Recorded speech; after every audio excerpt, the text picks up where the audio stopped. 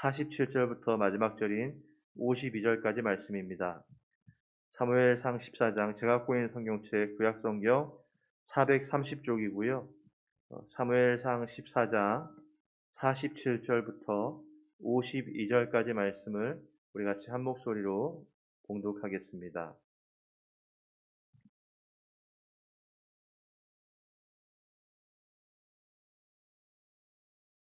우리 같이 읽습니다.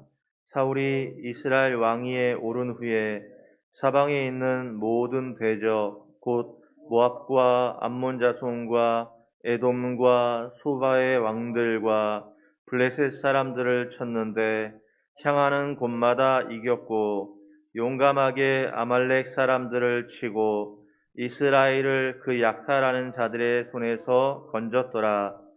사울의 아들은 요나단과 이스위와 말기수아요.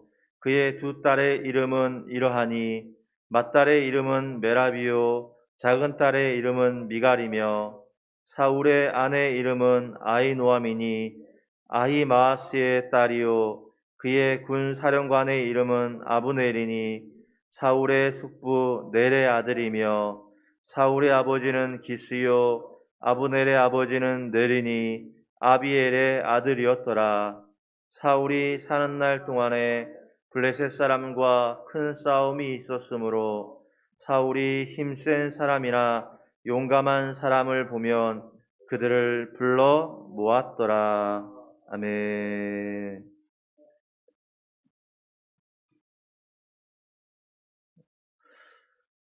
우리가 말씀을 전하다 보면 말씀을 전하는 사람이나 또한 말씀을 듣는 사람이라 동일한 위치에 있는 것 같은데요. 그것은 마치 말씀을 전하는 이나 듣는 이가 금강석을 캐러 가는 광부와 같다라는 생각을 해보게 됩니다. 금강석을 캐러 가는 광부의 목적은 그곳에 있는 금광석을 캐는 것에 있습니다.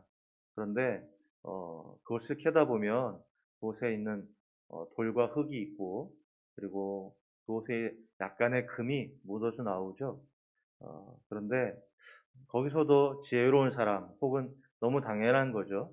거기서도 금강석을 캐는 사람은 그곳에서 돌과 흙을 갖고 오는 사람이 아니라 그곳에 들어있는 금을 빼내어 갖고 오는 사람이 바로 지혜로운 사람이고 당연히 그것을 목적으로 하는 것이죠.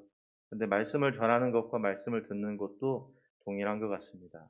왜냐하면 우리 하나님의 말씀은 정금보다 더 귀한데 정금보다 더 귀한 말씀을 사람이라고 하는 부족한 존재를 통해서 증거하게 하시다 보니까 의도하지 않게 혹은 실수로라도 정금보다 더 귀한 말씀에 정금보다 못한 돌과 흙이 묻을 때가 있더라는 것이죠. 어, 그래서 돌과 흙이 묻고 어떤 때는 어, 금이 아니라 사금처럼 아주 조그만 금밖에 묻어나지 않는 경우도 있고 그런데도 불구하고 여러분 그 말씀을 들을 때 누가 복 있는 사람이죠? 그곳에서 돌과 흙을 보고 돌과 흙을 취해가는 사람이 아니라 그곳에 있는 어, 아무리 작은 것이라 해도 그곳에 있는 금을 취해가는 사람이 복이 있는 사람이고 지혜 있는 사람인 것처럼 우리가 말씀을 들을 때 그렇게 이 말씀 가운데 임하신 하나님이 내게 요구하시는 뜻이 무엇일까? 하나님의 나에게서 바라시는 정금과 같은 계획이 무엇일까를 찾아서 그 은혜와 복을 누리시는 저와 여러분들 되시기를 주의 이름으로 축원합니다. 아멘. 우리 이전 시간에 우리 같이 말씀을 보면요, 사울의 맹세로 말미암아 이스라엘 백성이 범죄하게 되고 사울이 요나단이 실수로 잘못을 저지르게 되죠. 그것은 바로 저녁까지 음식을 먹는 자는 저주를 받을 것이다. 라고 하는 말 때문에 이스라엘 백성들이 음식을 먹지 못하고 그래서 너무 굶주린 나머지 그 기한, 저녁이라는 시간이 지나고 나서 금식의 시간이 지나자마자 그들이 동물을 피채 먹게 되는 죄를 범하게 됩니다. 그리고 이 사실을 듣지 못했던 요나단도 그 이야기를 듣지 못함으로 말미암아 바닥에 있는 꿀을 조금 찍어 먹어서 눈이 밝아지는 일이 되어지게 되는데요. 문제는 뭐냐면 이 일이 어느 정도 정리되고 나서 다시 사울이 백성들과 함께 그 밤에 블레셋을 추격하려고 하는데 제사장이 그것을 막으면서 하나님께 물어보자라는 얘기를 하죠. 그래서 사울이 너무 당연하게 하나님 우리가 추격할까요 말까요? 라고 물었는데 하나님이 거기에 대해서 대답을 하지 않으셨어요. 하나님이 그것에 대답을 하지 않으시니까 사울이 어떻게 했어요? 누구의 죄 때문에 이렇게 된 거냐? 라고 하고는 제비를 뽑았는데 그곳에 그만 그의 아들 요나단이. 사울이 어, 요나단을 하나님의 살아계심을 두고 맹세하는데 반드시 죽을 거다. 라고 했던 것이 우리 전 시간의 내용이었죠. 말씀을 보면서 느껴지는 것이 뭐였냐면요. 이거 주객이 전도가 된 것 같다. 사울이 요나단에게 그 꿀을 찍어 먹은 것, 자신이 하나님께 맹세하고 그리고 그 맹세에 따라서 요나단은 그 얘기를 듣지도 못했는데 실수로 꿀을 찍어 먹은 것 때문에 요나단이 죽을 뻔하게 되는데 사울은 그것에 대해서 하나님의 살아계심을 두고 명하는데 넌 반드시 죽을 거야 라는 얘기를 하거든요. 근데 너무 기가 막힌 것은 뭐냐면 그 말을 하는 사울이 어땠습니까? 하나님의 명령, 사무엘을 7일 동안 기다리라고 하는 하나님의 명령을 온전히 따르지 못하고 거기다 온전히 따르지만 못한 게 아니라 제사장만 해야 되는 제사 지내는 일을 사무엘이 오지 않았다는 것으로 말미암아 제사장만 해야 되는 일을 자신이 제사를 지내는 죄를 지어버리고 그리고 자신의 잘못된 맹세로 말미암아 온 이스라엘 사람들이 피째 고기를 먹는 범죄하게 만들어버리고 문제를 일으키는 원인을 제공하고 그러면 여러분 사울의 말만 따라 죄를 범한 자는 반드시 죽을 거야 라고 말했을 때 그 말대로 한다면 사실 누가 제일 먼저 죽어야 될 사람이죠? 사실은 요나단이 아니라 사울이 가장 먼저 죽어야 될 사람이죠. 그런데 하나님이 사울을 죽이지 않죠. 무슨 얘기입니까? 은혜를 입은 거예요. 분명히 사울이 잘못했음에도 불구하고 하나님이 사울에게 은혜를 내리셔서 마땅히 죽어야 될 사람을 죽지 않게 하는 은혜를 주셨어요. 그러면 사울이 하나님의 은혜를 입었으면 누구도 하나님의 은혜를 입었다고 생각해야 됩니까? 요나단도 이스라엘 백성들도 혹은 우리의 지체들, 형제들도 하나님의 은혜를 입었다고 생각해야죠. 여러분, 저와 여러분은 하나님의 은혜를 입은 사람들인 줄 믿습니다. 그렇다면 우리가 그렇게 하나님의 은혜를 입은 것이 맞다면 내가 하나님의 은혜를 입은 것처럼 누구도 하나님의 은혜를 입은 사람이에요? 저 형제도, 저 지체도 하나님의 은혜를 입은 사람이에요. 내가 하나님의 은혜가 필요한 존재라면 누구도 하나님의 은혜가 필요한 존재예요? 저 형제도, 저 지체도 하나님의 은혜가 필요한 존재라는 거죠. 사랑하는 성도 여러분, 우리가 이 사실을 항상 잊지 않았으면 좋겠습니다.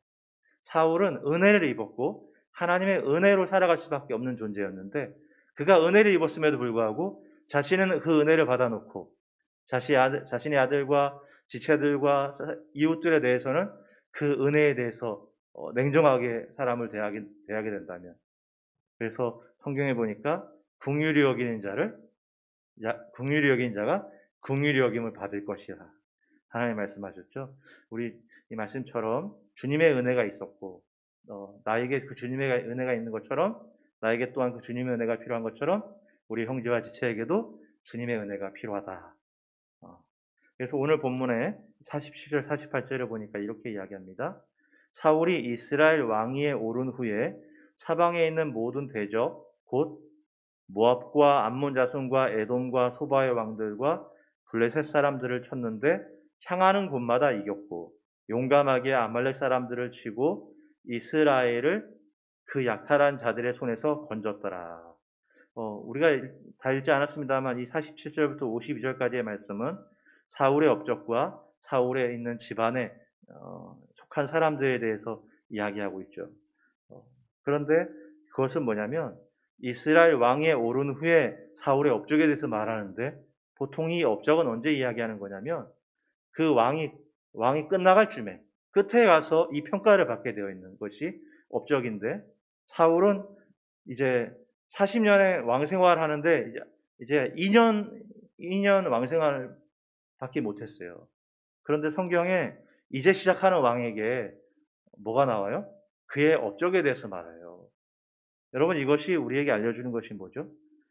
하나는 이것을 통해서 알려주는 것, 이 평가는 원래 저 뒤에 가서 해야 되는 건데 이미 시작할 때 평가가 이루어졌다라는 것은 하나님이 사울에 대한 판단이 평가가 끝이 났다는 것이고요.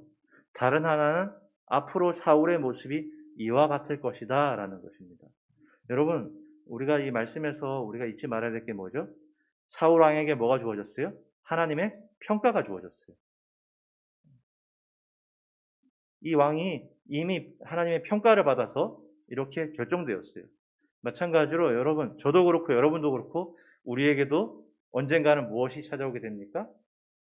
저에게, 여러분에게 하나님의 평가가, 하나님이 평가하시는 때가 반드시 찾아온다. 우리에게도 하나님의 우리 인생을, 전 인생을 보시고 우리를 평가하실 때가 반드시 찾아온다.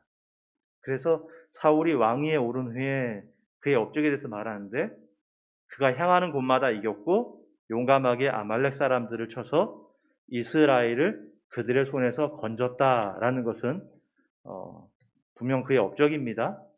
여러분, 그는 용감했고요. 그가 하는 전쟁에서는 항상 승리가 따라왔습니다. 분명 이것만 보면 사울은 대단한 거죠. 그런데 52절에 뭐라고 말하죠? 52절에 사울이 사는 날 동안에 블레셋 사람과 큰 싸움이 있었으므로 사울이 힘센 사람이나 용감한 사람을 보면 그들을 불러 모았더라. 여러분, 사울의 업적에 뭐가 나온다고요? 사울이 사방에 있는 적들을 물리치는데 향하는 곳마다 이겼고, 그리고 용감하게 약탈한 자들의 손에서 이스라엘 사람들을 건졌다 그랬어요. 향하는 곳마다 이겼고, 그리고 약탈한 자들을 손에서 건졌다. 그러면 여러분, 사울의 인생이, 이 이후로 사울의 인생이 어떻게 돼야 됩니까? 적을 물리치고 하는 싸움마다 승리한다면 점점 그의 인생이 어떻게 돼야 돼요? 적들이 사라지고 그의 인생이 평안한 가운데 살아가야 되잖아요. 근데 52절에 보니까 사울이 사는 날 동안에 어떻게 되었어요? 블레셋 사람과 큰 싸움이 있었으므로.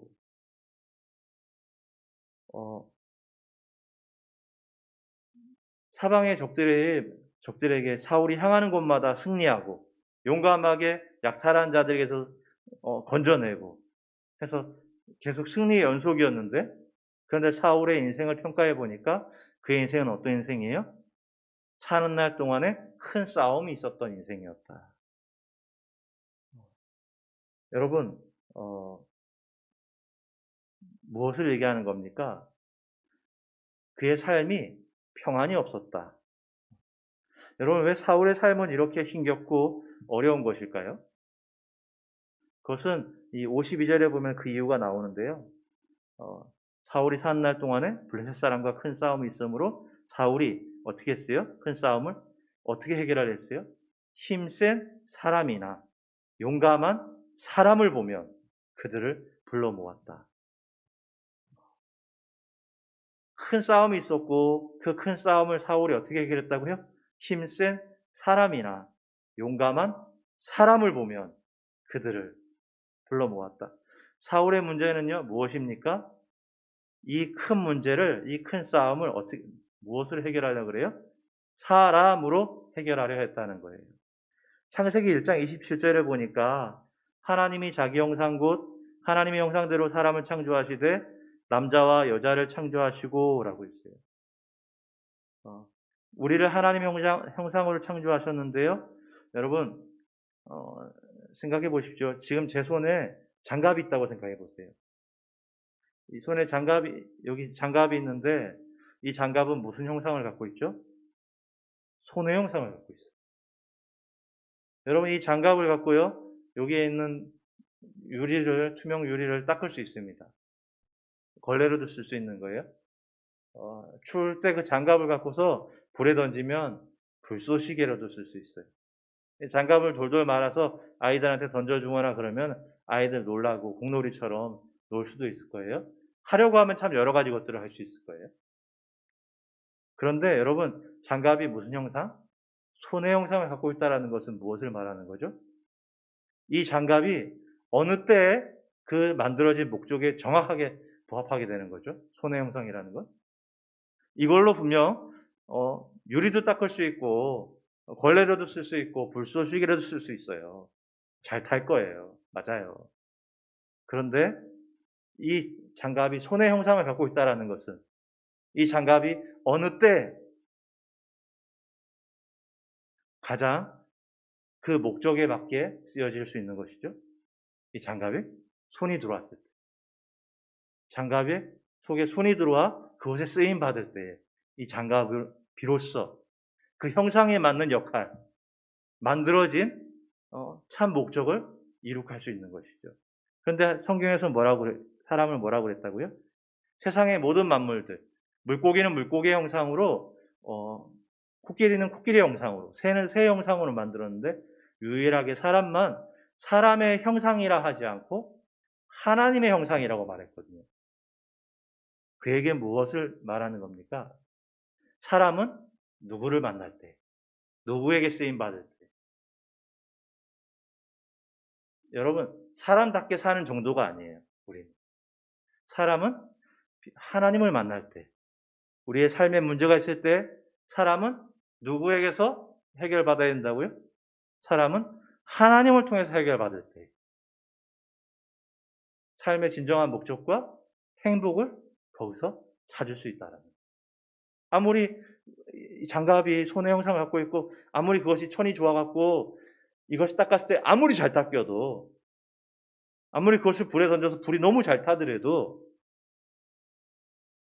장갑의 참 목적은 그것이 만들어진 것은 손의 형상인 것처럼 손을 만날 때에 손이 그 속에 들어가서 쓰여질 때에 그 목적이 온전히 이루어지는 것처럼 저와 여러분이 하나님의 형상으로 지음받았다는 것은 우리가 누구를 만날 때 비로소 우리가 하나님을 만날 때 하나님을 통해 쓰임받을 때 그러니 사울에게 큰 문제가 있을 때 그 문제도 누구를 통해서 하나님을 통해서 우리가 그 문제를 해결하려고 할 때에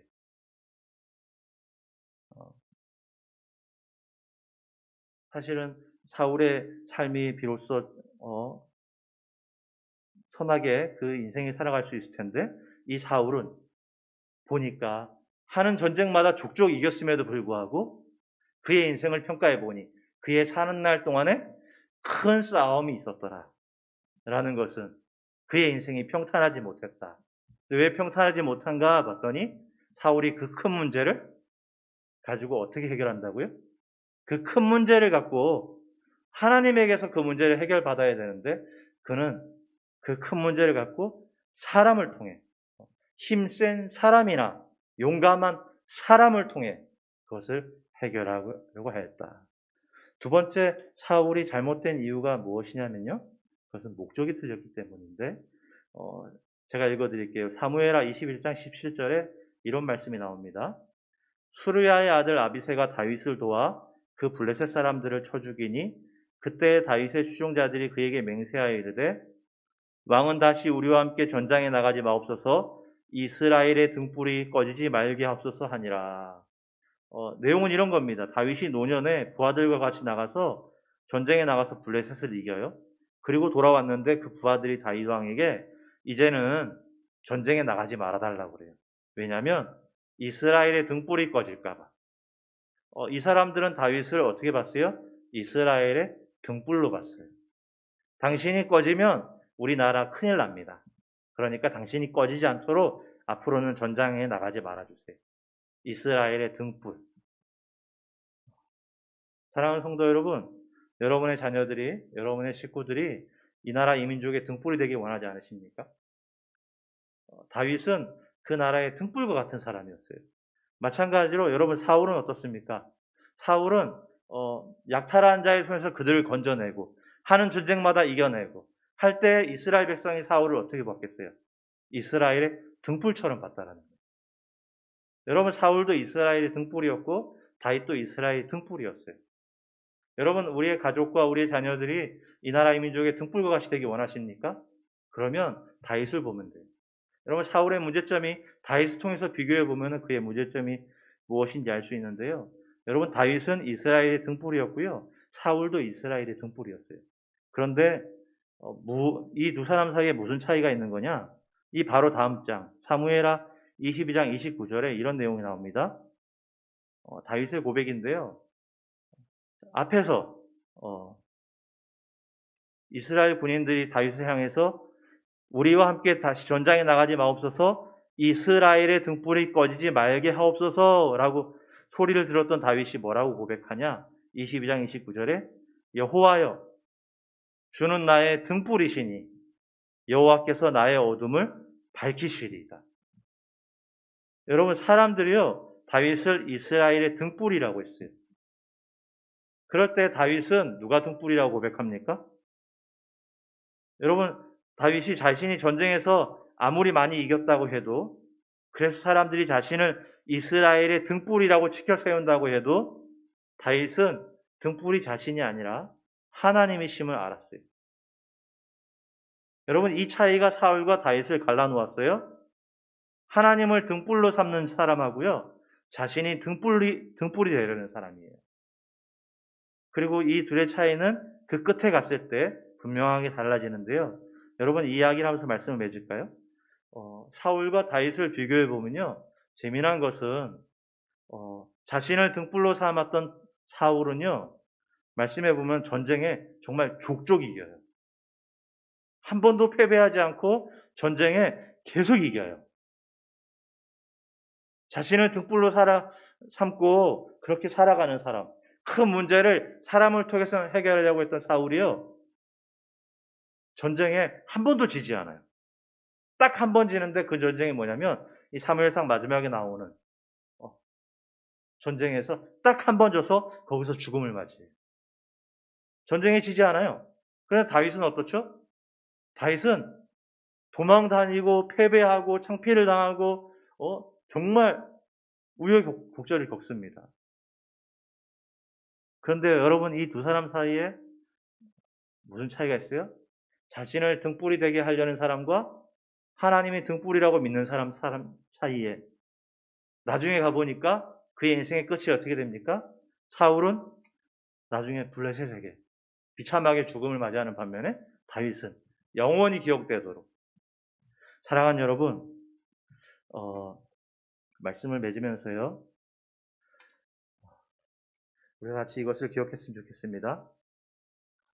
사울의 인생은요, 싸우는 족족 승리했지만, 비록 승리했지만 그의 인생은 앞으로도 큰 문제 속에 살아가는 인생이었습니다. 그런데 사울은요, 그 문제를 어떻게 해결했다고요? 그 문제를 사람을 통해 해결하려 했다. 두 번째 사울의 문제는 뭐였냐? 사람을 통해서 해결하려 했고, 두 번째 사울은 자신을 등불 삼으려고 했다. 우리는요, 하나님의 형상으로 지음받은 존재들이죠. 하나님의 형상으로 지음받았기 때문에 우리는 누구를 만날 때 참 인생의 행복을 느낀다고요? 우리는 하나님을 만날 때. 우리의 삶에 문제가 있을 때 우리 그 문제를 참으로 해결할 수 있는 것도 우리가 하나님을 만날 때. 사울과 같이 자신이 그 문제를 해결하는 사람이 아니라, 사울과 같이 자신이 인생의 등불이 되려고 하는 사람이 아니라, 우리 믿음의 선진인 다윗처럼